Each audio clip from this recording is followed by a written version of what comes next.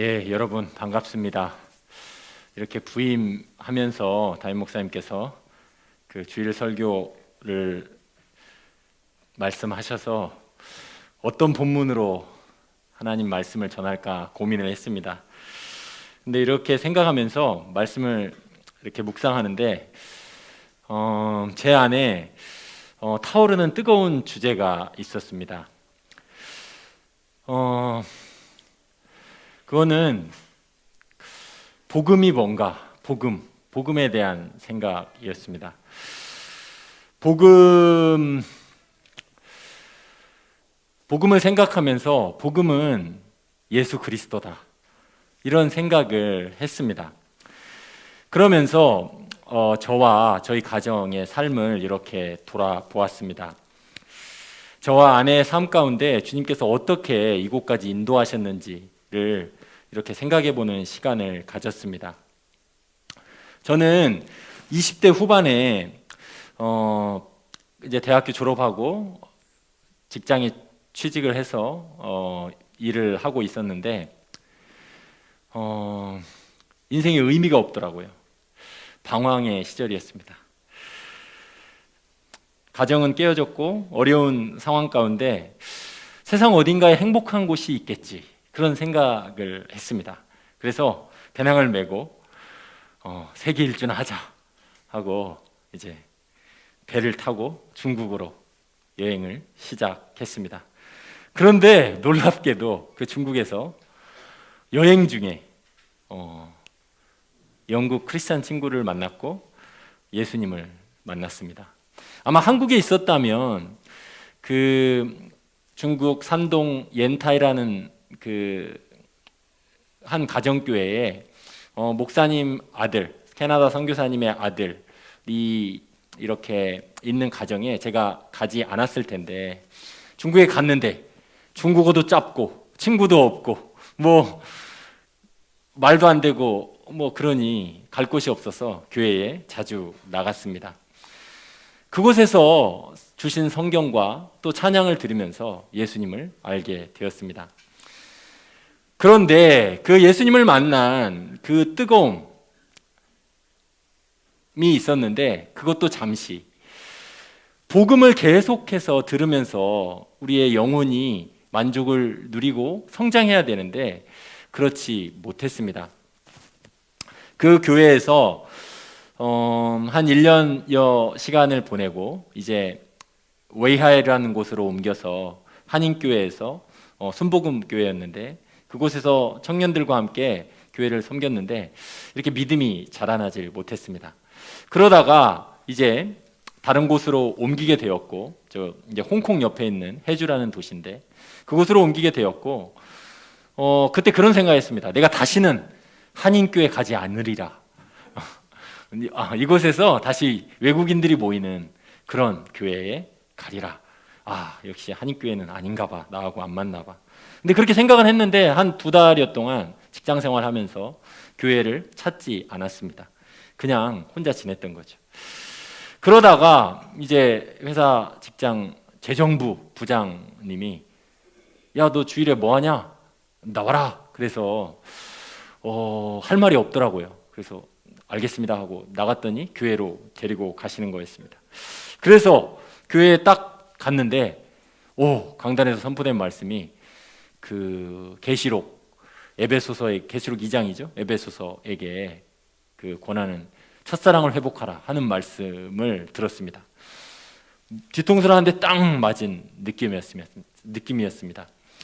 그리고 그곳에서 다시 신앙을 회복하게 되었고, 복음에 충실한 말씀을 들으면서 하나님의 은혜로 그 목사님 부부의 소개로 동포교회 자매인 아내를 만났습니다. 그리고 그 목사님 설교를 들으면서 또한 청교도 설교에 매료되어서 그 말씀 가운데 은혜를 받아서 가정 예배를 드리기 시작했고, 늦은 나이 35에 결혼했지만 생육하고 번성하라 라는 이 말씀을 붙들고 열심히 주시는 대로 자녀를 낳았습니다. 자녀를 낳아 보니 자녀를 어떻게든 신앙교육을 해야 되겠는데 너무 부족하더라고요. 그래서 아내랑 같이 아이들에게 성경을 가르칠 수 있는 어린이집을 시작했습니다. 그래서 오전에는 중국어로, 오후에는 영어로 이렇게 성경을 가르치는 일을 한 15명 아이들을 돌보면서 그렇게 했습니다.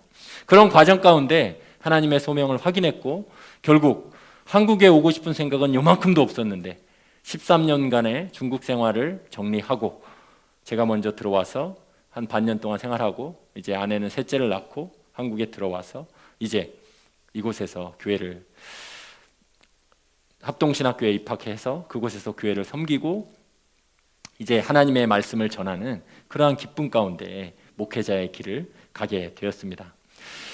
그런데 저나 아내나 이렇게 교회를 섬기다 보니까 사역자로서 섬기다 보니까 고민이 생겼습니다. 어떤 고민이냐면 복음의 본질이 뭔가, 교회의 본질이 뭔가 이런 고민이 든 것입니다. 교회가 봉사나 전도나 여러 가지 활동들을 열심히 하는데 우리 마음 안에 기쁨이 없음을 자주 보게 되는 것입니다. 억지로 눈치 보면서 하게 되는 그러한 모습을 자주 보게 된 것입니다. 그래서 문제가 뭘까? 아내랑 토론도 하고 대화도 하고 막 여러 가지 고민을 하던 과정 가운데 문제는 바로 복음이다라는 생각이 들었습니다. 우리가 복음을 듣지 못하면 성경과 삶에서 예수님을 발견하고 그분과 접촉이 이루어지지 않으면 우리는 너무나 쉽게 율법주의에 빠지거나 아니면 하나님은 사랑이시니까 나는 이제 내 마음대로 살아도 돼, 이런 반율법주의로 빠진다는 것을 보게 되었습니다. 팀 켈러 목사님이 얼마 전 그 유튜브에 올린 영상을 보니까 복음을 이렇게 비유하셨더라고요. 복음을 산 정상에 비유하셨습니다. 산 꼭대기에 복음이 있다는 것입니다. 조금만 미끄러져도 율법주의. 내가 이걸 해서 하나님께 복을 따낼 거야. 내가 이거 해서 내가 직장생활 열심히 해서 하나님의 복을 받아낼 거야. 내가 이거 아이들 이렇게 가르쳐서 하나님의 복을 따낼 거야. 율법주의에 빠지는 거죠. 아니면 하나님은 사랑이시니까 내가 뭘 해도 하나님은 나를 받아주시고 기뻐하실 거야. 나는 내 마음대로 살 거야. 복음은 자유라며 자유롭게 살 거야. 정말 이 말씀을 들으면서 정말 복음이 정말 산꼭대기 정상에 있다라는 표현이 정말 와 닿았습니다. 우리는 자칫하면 이렇게 율법주의로 빠지거나 아니면 반율법주의로 빠져서 복음과는 상관없는 삶을 그렇게 살아가는 모습을 보게 된 것입니다. 그러는 와중에 복음에 충실한 라주 혁신 장로교회를 만났습니다.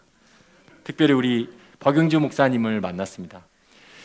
그 중국에서 선교하셨고 지금 네팔에서 선교하시는 그 선교사님이 계신데 저희 가정과 이렇게 좀 교제를 했었는데 아내가 이제 중국 요리를 잘해서 막 양꼬치랑 구워서 잘 대접을 했는데 박영주 목사님을 소개해 주신 거예요. 그래서 교제하던 터에 오세요, 밥 사줄게요 이렇게 하셔가지고 교제하던 터에 제가 그런 고민 가운데 하나님의 인도하심이 있구나 생각하고 아내와 함께 기쁜 마음으로 이 교회에 오게 되었습니다. 자, 이제 제 간증과 함께 이 본문을 고민하면서 제 삶의 여정을 짧게 말씀을 드렸습니다. 오늘 저희가 이제 새해를 맞이했습니다. 새해를 맞이하면서 제가 어떤 그 메시지를 전할까를 고민하는데 바로 이 복음에 대해서 그리스도에 대해서 전했으면 좋겠다 하는 마음이 제 안에 들었습니다. 우리가 잘 아는 대로 인류의 역사는 AD와 BC로 나누어집니다. 우리가 왜 2023년이라고 부릅니까? 그 기준이 무엇입니까? 우리가 잘 아는 대로 AD, BC, BC는 Before Christ, 그리스도 이전의 역사를 BC라 부릅니다. AD, 예수님의 탄생을 기점으로 2023년이 지났기 때문에 우리는 AD, 아노 도미니, The Year of the Lord, 주의 해로부터 우리가 2023년이라는 시간을 쓰고 있습니다. 우리나라에 단기 4천 몇 년 있지만 단기 쓰는 사람 아무도 없잖아요. 그죠? 일본에 갔더니 일본은 황제 태어난 날부터 이렇게 뭐 이렇게 천왕 쓰는데 우리 그렇게 쓰는 사람 없잖아요. 전 세계가 통일되게 바로 이 역사의 중심을 예수 그리스도로 인정하고 있는 것입니다. 우리가 새해를 시작하면서 하나님의 의도대로 우리의 삶과 역사를 예수 그리스도를 중심으로 바라볼 수 있다면 정말 좋겠다 하는 마음으로 오늘 말씀을 준비했습니다. 예수 그리스도를 중심으로 우리의 삶과 역사를 바라볼 때에 우리는 그분의 세밀한 간섭과 통치를 경험하며 그분과 친밀한 동행을 하게 될 것입니다. 오늘 누가복음에 봉독자가 쉽지는 않으셨을 텐데요. 첫 부분과 끝 부분을 두 부분을 읽었습니다. 이 누가복음을 기록한 이 이방인, 유대인이 아닌 이방인, 또 직업이 의사인 이 예리한 이 저자 누가의 마음으로 그가 어떻게 그 시대, 로마 시대라는 그 역사 가운데 그 역사의 주인공을 예수님으로 발견하고 또한 그 모든 성경, 그 당시 구약 성경이죠. 구약 성경이 어떻게 예수님을 주인공으로 드러내고 있는지를 우리가 누가의 마음으로, 누가의 눈으로 따라가 보기를 원합니다. 먼저 누가는 예수님의 탄생 기사를 기록하면서 가장 자세하게, 사복음서 중에 가장 자세하게 기록하면서 그 예수 그리스도께서 어떻게 유대 베들레헴에서 태어나게 되었는지를 설명하고 있습니다. 역사적 배경을 설명하고 있습니다. 누가복음 2장 1절 말씀에 그때에 가이사 아구스도가 영을 내려 천하로 호적하라 하였으니 라고 기록하고 있습니다. 예수님의 탄생 배경을 설명하면서 그 당시 황제였던, 로마 시대의 황제였던 가장 큰 나라, 지중해라는 멋진 그 바다를 마치 마당 뜰처럼 호수로 가지고 있던 나라, 그 로마의 황제를 등장시킵니다. 그는 로마 제국의 초대 황제로서 존엄자, 신성이라는 뜻의 아우구스투스라고 불렸던 사람입니다. 그는 팍스 로마나 로마의 평화 시대를 열었던 위대한 황제이자 강력한 통치자였습니다. 바로 그 시대에 예수님께서 탄생하신 것입니다. 당시 전 세계의 가장 강력한 왕이 천하로 그 로마 전 지역에 걸쳐서 호적을 명령했다고 말합니다. 왜 그랬을까요? 황제니까 여러 가지 세금도 걷어야 될 거고 인구를 조사해서 여러 가지 자기의 정치적 목적을 이루려는 뜻이 있었을 것입니다. 그런데 누가는 그런 얘기를 하지 않습니다. 누가 2장을 쭉 읽어보면 그런 얘기를 하지 않고 오히려 2장 3절에 모든 사람이 호적하러 각각 고향으로 돌아가매, 사람들이 이제 고향으로 돌아갑니다. 그 고향으로 향하는 대열 가운데 한 여인에게 성경은 초점을 맞추고 있습니다. 이 강력한 황제의 명령으로 모든 사람이 동원되어서, 엑스트라로 동원되어서 다 자기의 고향으로 돌아가는데 예수님의 육신의 부모인 요셉과 마리아도 고향 베들레헴으로 향하게 되는 것입니다. 약속된 메시아, 메시아는 히브리어로 그림 부음 받은 자라는 뜻이죠. 헬라어로 그리스도라는 뜻입니다. 약속된 메시아가 다윗의 자손으로 미가서 5장 2절에 예언된 대로 유대 땅 베들레헴에서 태어나셔야 했기 때문에 이 로마, 세계에서 가장 큰 나라를 다 동원하셔서 이 한 여인을 움직이시는 것입니다. 만삭인 마리아가 100km나 떨어진, 여기서 광주를 왕복하고도 넘는 거리가 될 것 같은데요. 그런 거리를, 먼 길을 이동하셔서 이 약속을 성취하십니다. 제가 그 넷째가 만삭일 때 아내를 데리고 저기 수원에서 이쪽 목포까지 차를, 제가 중국에서 13년을 살아서 운전을 잘 못합니다. 초보 운전이에요.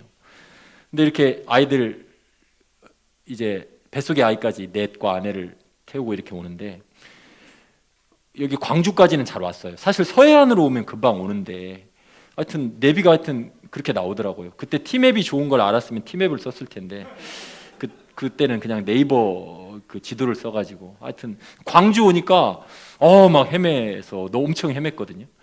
한 1시간을 이렇게 헤매는데 만삭인 아내가 2월 28일에 넷째를 낳았는데 2월 중순에 제가 이쪽으로 내려왔으니까 그 1시간 동안 헤매는데 엄청 혼났습니다.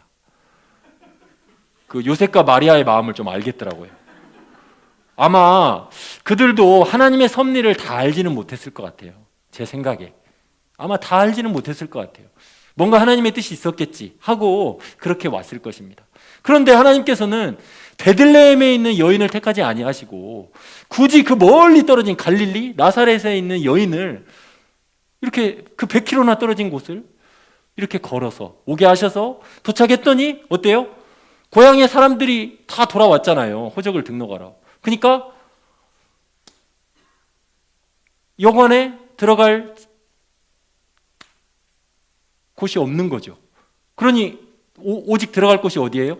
마구간, 동물들이 밥 먹는 여물통에 예수님을 낳을 수밖에 없도록 하나님께서 그렇게 이 모든 역사를 그렇게 주관하고 계셨다는 것입니다. 당시 역사의 중심이었던 로마 제국을 다 동원하셔서 이 사람들을 다 동원하셔서 역사의 진짜 주인공이 예수님임을 누가가 성경을 통해 드러내고 있는 것입니다. 놀랍지 않습니까? 하나님의 스케일이 놀랍지 않습니까? 온 제국을 다 동원하셔서 이 한 사람 예수 그리스도를 드러내시는 그 하나님의 스케일. 누가는 역사 가운데 주인공 예수님을 발견했고 그를 우리에게 제시하고 있습니다. 우리는 이러한 성경을 통해서 역사의 주인공이 예수님이라는 사실을 쉽게 알 수 있습니다. 저희 장인어른이 10년이 넘게 이제 손주들을 못 봤습니다. 그러니까 저희 둘째, 셋째, 넷째 얼굴을 다 못 봤어요. 중국 연변에서 살고 계셔서 그런데 지금 중국이 코로나 때문에 난리거든요. 뉴스 보시면 아시겠지만 전 세계에서 막 입국을 제한하는 데도 있고 전수검사도 하는 데도 있고 막 여러 그런 일들이 많이 있어요. 그런데 이렇게 역사의 주인공이 예수님이라는 사실을 알면 우리에게 놀라운 통찰력을 줍니다. 이렇게 긴박한 상황 가운데 장인어른이 그러한 정부의 발표가 바로 있기 전날 한국에 들어오셨어요. 저희 장모님이 소천하시면서 유서로 남긴 소원이 우리 장인어른이 예수님 믿고 천국 가는 것이었습니다. 근데 아직도 복음을 받아들이지 않고 계세요. 그런데 중국의 상황이 점점 그렇게 되니까 이제 더 이상 미룰 수가 없는 거예요. 이제 돌아가시기 전에 손주들 봐야 하고 딸들과 한번 만나고 싶은 마음이 간절해지신 거예요. 저는 이것이 하나님께서 우리 장인어른에게 복음을 들려주시려는 그러한 하나님의 이 중국이라는 큰 나라, 코로나라는 큰 상황, 이 모든 것을 주관하셔서 하나님의 역사, 예수 그리스도를 믿게 하는 역사를 이루시려는 하나님의 뜻이 있다라고 믿음의 눈으로 바라보게 되는 것입니다. 자, 이제 역사의 주인공 예수 그리스도에서 성경의 주인공 예수 그리스도로 시선을 돌려보겠습니다. 새해에도 하나님 앞에 성경을 열심히 읽겠노라고 다짐하며 시간과 장소, 여러 가지 여건들, 스케줄을 고민하고 계시리라 생각합니다. 연초를 맞아서 말씀에서 하나님의 언약을 다시 한번 되새기는 시간을 가지리라 생각합니다. 그런데 성경을 읽으면서 우리가 궁극적인 목표가 무엇인지 다시금 되새겨봤으면 좋겠습니다. 오늘 읽었던 두 번째 본문 누가복음 24장 44절에 이렇게 기록하고 있습니다. 예수께서 부활하셔서 이렇게 말씀하십니다. 또 이르시되 내가 너희와 있을 때에 12제자입니다. 너희에게 말한 바 곧 모세의 율법과 선지자의 글과 시편의 나를 가리켜 기록된 모든 것이 이루어져야 하리라 한 말이 이것이라. 모세의 율법과 선지자의 글과 시편은 구약의 세 부분을 종합적으로 설명한 것입니다. 결국 구약 전체가 예수 그리스도를 가리켜 기록되어 있고 그 모든 것이 이루어져야 한다는 것을 예수님께서 제자들에게 설명하고 계신 것입니다. 동일한 맥락에서 요한복음은 이렇게 말씀하고 있습니다. 요한복음 5장 39절에서 40절에 예수님께서 유대인들에게 이렇게 말씀하십니다. 너희가 성경에서 영생을 얻을 줄로 생각하고 성경을 연구하거니와 이 성경이 곧 내게 대하여 증언하는 것이니라. 여러분, 이 말씀 믿으십니까? 저는 이 말씀 보고 깜짝 놀랐어요. 지금 분명히 자막 다시 한번 띄워주실래요? 분명히 그렇게 나오잖아요. 너희가 성경에서 영생을, 너희 유대인들이 구약 성경을 태어날 때부터, 제가 이스라엘에 가보니까 정말 그렇더라고요. 태어날 때부터 그걸 가르치고 성인식 할 때도 그 구약 율법을 읽어주고, 이제 성인식을 하고 나면 구약 율법을 다른 사람에게 이렇게 강의할 수 있도록 그렇게 그런 성인식을 하더라고요. 구약 율법을 달달 외우는 너희 그 유대인들이 성경을 그렇게 열심히 연구하는데 그 성경이 누구에 대해서 증언하고 있다고요? 예수 그리스도에 대해서 증언하고 있다고 예수님께서 말씀하고 계신 것입니다. 그러나 너희가 영생을 얻기 위하여 내게 오기를 원하지 아니한도다. 성경을 그렇게 열심히 연구하는 유대인들이 영원한 생명을 얻을 줄로 생각하고 성경을 그렇게 열심히 읽고 연구하는데 그 성경이 가리키는 바 예수님께는 나오지 않는다는 것을 책망하고 계신 것입니다. 성경을 제대로 읽었다면, 성경을 정말 하나님의 은혜를 따라 제대로 읽었다면 예수님께 나와야 되는데 유대인들은 예수님께 나오기를 원하지 않았다는 것입니다. 여러분, 우리도 그러지 않습니까? 성경을 읽었는데 내 안에 예수 그리스도의 마음은 없는 경험, 우리 많이 하지 않습니까? 성경을 읽었는데 아침에 새벽 기도도 했고 말씀을 읽었는데 집에 가서 아이들에게 율법적으로 너 왜 이거 안 해? 너 왜 성경 안 읽어? 너 왜 기도 안 해? 너 왜 엄마가 밥 먹자고 하는데 한 번에 안 와? 집에 가서 이렇게 율법적으로 이야기할 때가 많지 않습니까? 우리가 그렇다는 것입니다. 성경의 모든 율법과 스토리들과 교훈과 계명과 명령과 시와 노래들은 전부 한 인격, 우리 주 예수 그리스도를 가리키고 있다는 것입니다. 그렇습니다. 구약은 오실 메시아를 증거하고 있고 복음서는 오신 메시아를 증거하고 있으며 사도행전은 메시아에 대한 선포의 역사를 기록하고 있고 서신서는 메시아에 대한 설명을 자세하게 전하고 있으며 요한계시록은 다시 오실 메시아, 다시 오실 그리스도에 대해서 우리에게 알려주고 있는 것입니다. 그러므로 우리는 성경을 읽으면서 예수 그리스도를 발견해야 합니다. 그분을 만나야 합니다. 그분을 만나지 못하고 성경 읽기가 맞춰진다면 예수님과의 접촉이 이루어지지 않고 그분과 마음이 통하지 않고 그분의 마음이 내게 전달되지 않고 성경 읽기가 맞춰진다면 뭔가 부족한 것입니다.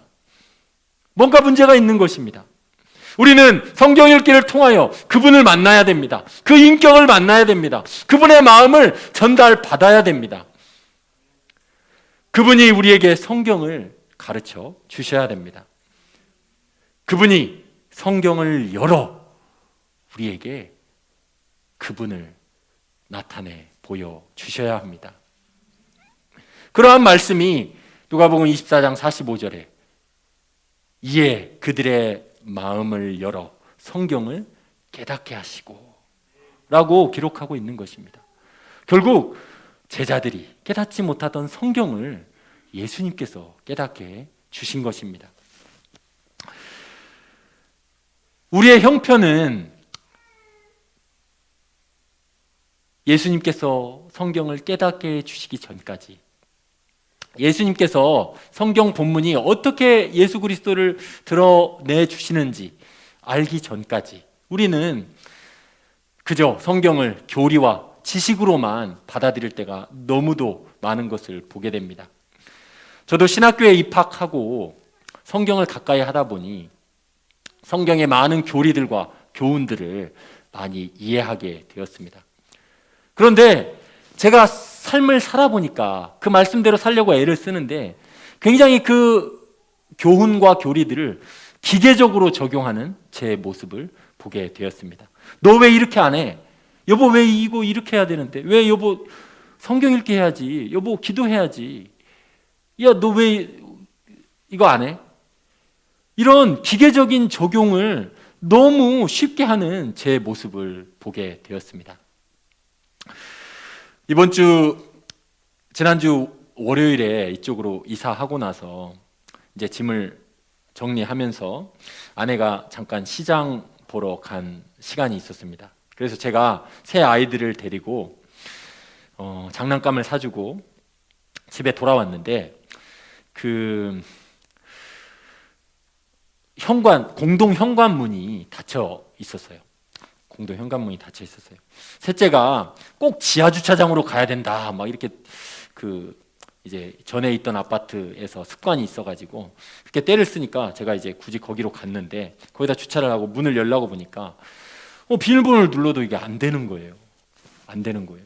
분명히 그 비밀번호를 받아서 했는데 그래서 그 경비실에 전화를 했습니다. 그 누르는 거 있잖아요. 경비 모양 그려진 거 눌렀어요. 경비실에서 받았어요.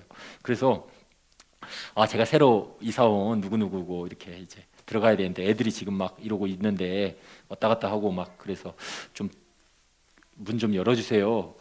그랬더니 경비 아저씨가 그러는 거예요. 누군지 확인할 수 없는데 어떻게 문을 열어주냐고. 그거 그렇게는 안 된다고 그러시는 거예요. 그렇습니까? 하고 예 하고 끊었어요. 그리고 근데 애들이 지금 막 왔다 갔다 하고 지금 막 그 차 좀 그렇잖아요. 그 막 선물도 들고 있고 막 그런 장난감도 들고 있고. 그래서 이제는 이제 부동산 중개인 사장님께 전화를 드렸습니다. 이거 비밀번호 좀 다시 좀 알려주세요. 그래서 이제 알려주셨어요. 근데 그걸로 이제 눌렀는데 또 안 되는 거예요. 막 해도 안 되는 거예요. 그래서 다시 1층으로 가려고 이렇게 올라가려고 보니까 계단도 또 없는 거예요. 또 찻길로 올라가야 되고. 그래서 다시 돌아와서 다시 부동산 중개 사장님한테 전화를 드렸어요. 그 비밀번호가 안 되는데 다시 좀 이렇게 알려주세요. 뭐 이렇게 했는데, 근데 그런 일을 이렇게 하면서 제 안에 어떤 생각이 들었냐면, 분명히 정당한 절차를 밟아서 그 부동산 계약서도 다 쓰고, 제가 그 입주인의 권리를 좀 누려야 되는데 내 집에 못 들어가는 이러한 상황이 좀 답답한 거예요. 그 막 마음에 이 짜증이 막 올라오는 거예요. 애들은 막 이렇게 하고. 근데 기도하면서 이런 생각이 들었습니다. 이 에피소드를 생각하면서 어떤 생각이 들었냐면, 하나님께서 왜 나를 나주로 부르셨을까? 왜 나를 나주로 부르셨을까? 분명히 하나님께서는 이곳에서 이 나주혁신 장로교회를 섬기고 또 이 이웃 사회, 이 도시, 이 지역 사회 가운데 예수 그리스도의 선하심을 드러내도록, 제 말과 행동과 제 태도를 통해서 드러내도록 저를 부르셨을 건데, 저는 그 상황에 예수님을 생각하기보다 그 부동산 중개인의 책임과 의무, 경비실의 책임과 의무, 그리고 입주자가 누려야 될 권리, 이런 것들로 마음이 막 불타오르는 거죠. 그렇잖아요. 그러니까 우리 마음 가운데 이 예수 그리스도라는 이 인격과의 접촉이 없으면 우리는 너무나 쉽게 율법적으로, 또한 어떤 관례적으로 그런 잣대를 들이대고 예수님과 상관없이 행동할 수 있구나라는 것을 또 한 번 깨달았습니다. 제 민낯을 또 한 번, 형편없는 제 모습을 또 한 번 깨달은 것입니다. 이런 것을 보면서 과연 우리에게 소망이 있을까? 생각을 하게 되었습니다. 참으로 우리는 성경에서 또한 역사의 현장 가운데, 삶의 현장 가운데 주님을 찾으려고 하지도 않고 또한 우리의 힘으로 찾아낼 수도 없는 그러한 비참한 형편임을, 영적인 거지임을 다시 한번 확인하게 되었습니다. 그러면서 오늘 이 본문의 말씀을 생각하게 되었습니다. 예수님이 십자가에서 죽으셨고, 예수님이 죽으신 것을 예수님이 살아계실 때 계속해서 이야기해 주셨음에도 불구하고 그것을 깨닫지 못하던 제자들에게 그들을 그냥 버려두지 아니하시고 다시 찾아오셔서 이 성경이 바로 나에 대해서 증언하고 있음을 다시금 알려주신 그 예수 그리스도, 그 은혜를 다시 한번 생각하게 되었습니다. 예수님의 탄생이 우리가 방금 보았던 것처럼 정말 그 누구도 이보다 더 가난할 수는 없다. 그 누구도 가축, 마구간 여물통에서 태어난, 말 밥통에서 태어날 만큼, 저도 가정이 어려워서 집에서 어머니가 저희 어머니하고 형 와 계신데요. 저희 형은 지금 어릴 때 교회 다니다가 지금 이제 정말 오랜만에 교회 나왔어요. 근데 하여튼 할렐루야. 근데 저도 어렵게 태어났는데 어떻게 태어났냐면 집에서 어머니가 나왔어요. 근데 어머니가 얘기해 주시더라고요. 아기 낳을 때가 됐는데 이제 형이 저보다 4살 많으니까 이제 그때 5살이었겠죠. 이게 나올 때가 돼서 야, 성명아 가서 고모 불러와라. 그래가지고 탯줄을 끊고 집에서 나왔다고 하더라고요. 근데 어쨌든 저도 이렇게 집에서 나왔는데 아직 어린데도 집에서 나왔으면 좀 하여튼 그렇잖아요. 근데 하여튼 예수님은 말 밥통에서, 여물통에서 태어나신 거죠. 그렇게 낮은 모습으로 우리에게 찾아오셨습니다. 왜 그렇습니까?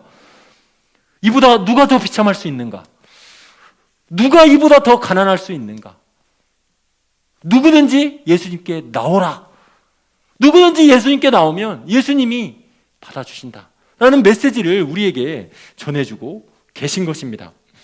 이렇게 성경을 통하여 예수님께서 자신을 드러내고 계시고 깨닫지 못하던 제자들에게 다시 찾아오셔서 그 성경이 나에 대해서, 나를 가리켜 기록된 것임을 깨닫도록 이끄셨습니다. 그러니 우리에게 소망이 있는 것입니다. 우리가 때로 예수님을 찾지 않고 때로 성경을 읽어도 도대체 예수님의 마음과 어떻게 접촉이 이루어져야 될지 그런 것을 경험하지 못할 때가 많이 있지만, 우리가 올 한 해 정말 성경을 읽을 때마다 그러한 마음으로 주님의 은혜를 구한다면 하나님께서 우리에게 성경을 열어서, 주님께서 성경을 열어서 예수 그리스도와 인격적으로 그러한 접촉이 이루어지게 해주실 것을 믿습니다. 우리가 그렇게 기도했으면 좋겠습니다. 성경을 제가 적용점으로 2가지를 생각했는데요. 첫 번째는 성경을 읽을 때 그렇게 기도했으면 좋겠어요. 첫 번째는 성경을 읽을 때마다 이 성경을 통해서 예수님을 만나게 해 주시옵소서. 그렇게 기도했으면 좋겠어요. Give me Jesus, else I die. 우리 신앙의 선배들이 이렇게 주님께 간절히 기도했어요. 예수님을 주시옵소서. 그러면 제가 살 수 없습니다. 예수님을 저에게 주시옵소서. 그렇지 않으면 제가 아내를 사랑할 수 없습니다. 예수님을 제 마음에 주시옵소서. 주님의 마음이 아니면 이 아이들을 제가 하나님의 말씀으로, 주님의 교훈으로, 예수 그리스도의 본으로 양육할 수 없습니다. 성경 가운데 주님을 만나게 해 주시옵소서. 그렇게 기도하는 한 해가 되었으면 좋겠습니다. 구약을 읽으면서도 모세와 선지자와 시편에 예수님을 가리켜 기록된 모든 것이 도대체 어떻게, 오늘 잠언을 읽었는데요, 도대체 이 잠언의 말씀이 어떻게, 이 지혜서의 말씀이 원더풀 카운슬러, 지혜 중에 지혜이신 예수 그리스도를 드러내고 있는지 가르쳐 달라고 예수님께 그렇게 기도하는 우리 모두가 되었으면 좋겠습니다. 고린도 후서 1장 20절에 이렇게 말씀하고 있습니다. 하나님의 모든 약속이 그리스도 안에서 예스가 되었습니다. 이렇게 기록하고 있습니다. 하나님의 모든 약속이 도대체 어떻게 예수 그리스도 안에서 예가 되었는지 확인하는 한 해가 되게 해달라고 주님께 성경을 읽을 때마다 그렇게 기도했으면 좋겠습니다. 스펄전 목사님이 이런 말씀을 하셨습니다. 영국의 모든 길은 런던, 수도인 런던으로 통한다. 참으로 그렇지 않습니까? 우리나라도 서울, 우리나라 수도로 모든 길이 통하잖아요. 그죠? 아무리 시골길, 아무리 골목길이라도 찾고 찾아서 가면 수도로 통하죠. 그런 것처럼 성경의 모든 길이 예수 그리스도께로 연결되어 있다는 것입니다. 그러니 우리가 성경을 읽을 때마다 그 길을 발견하게 해달라고, 그 길의 목적지인 예수 그리스도를 성경 읽기 과정 중에 만나게 해달라고 그렇게 기도하는 한 해가 되었으면 좋겠습니다. 바로 그러할 때에 부활하신 주님께서 성경을 열어 그들의 마음을 깨닫게 하시고, 그리고 그들이 기뻐하며 예루살렘으로 돌아가서 예수님께 경배하고 그렇게 하나님을 찬송했던 것처럼 우리 안에 그러한 큰 기쁨이 넘쳐날 줄 믿습니다. 두 번째는 역사의 현장 가운데, 삶의 현장 가운데 예수님을 발견하게 해달라고 기도했으면 좋겠습니다. 우리가 성경에서 예수님과 접촉하게 되면 역사와 우리의 삶을 바라보는 눈이 달라집니다. 역사의 현장을 사는 우리의 태도가 달라집니다. 주님의 임재를 사모하며 삶의 작은 순간을 주님을 의지하며 주님의 임재를 구하며 살아가게 됩니다. 주님은 이러한 임재를 우리가 기대하며 살도록 성령님을 보내주셨습니다. 우리가 오늘 새해 첫날인데도 불구하고 해돋이 보러 가지 않고 신년에 어떤 다른 특별한 이벤트를 가족끼리 하러 가지 않고 이 자리에 나온 이유가 무엇입니까?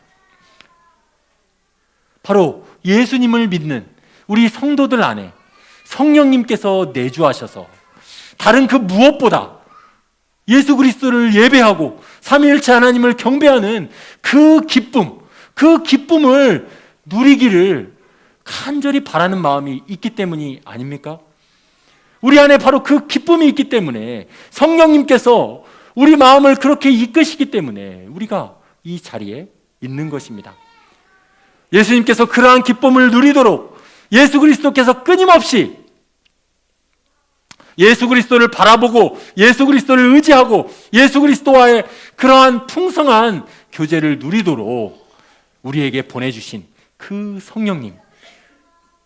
성령님께서 우리와 지금도 함께 하시니 우리의 삶과 직장과 가정과 모든 생활 가운데 우리가 마땅히 합당한 요구를 내세울 수 있음에도 불구하고 그 삶의 현장에서 예수 그리스도의 임재를 구하고 예수 그리스도의 은혜를 구하며 우리의 삶을 살아가기를 원합니다.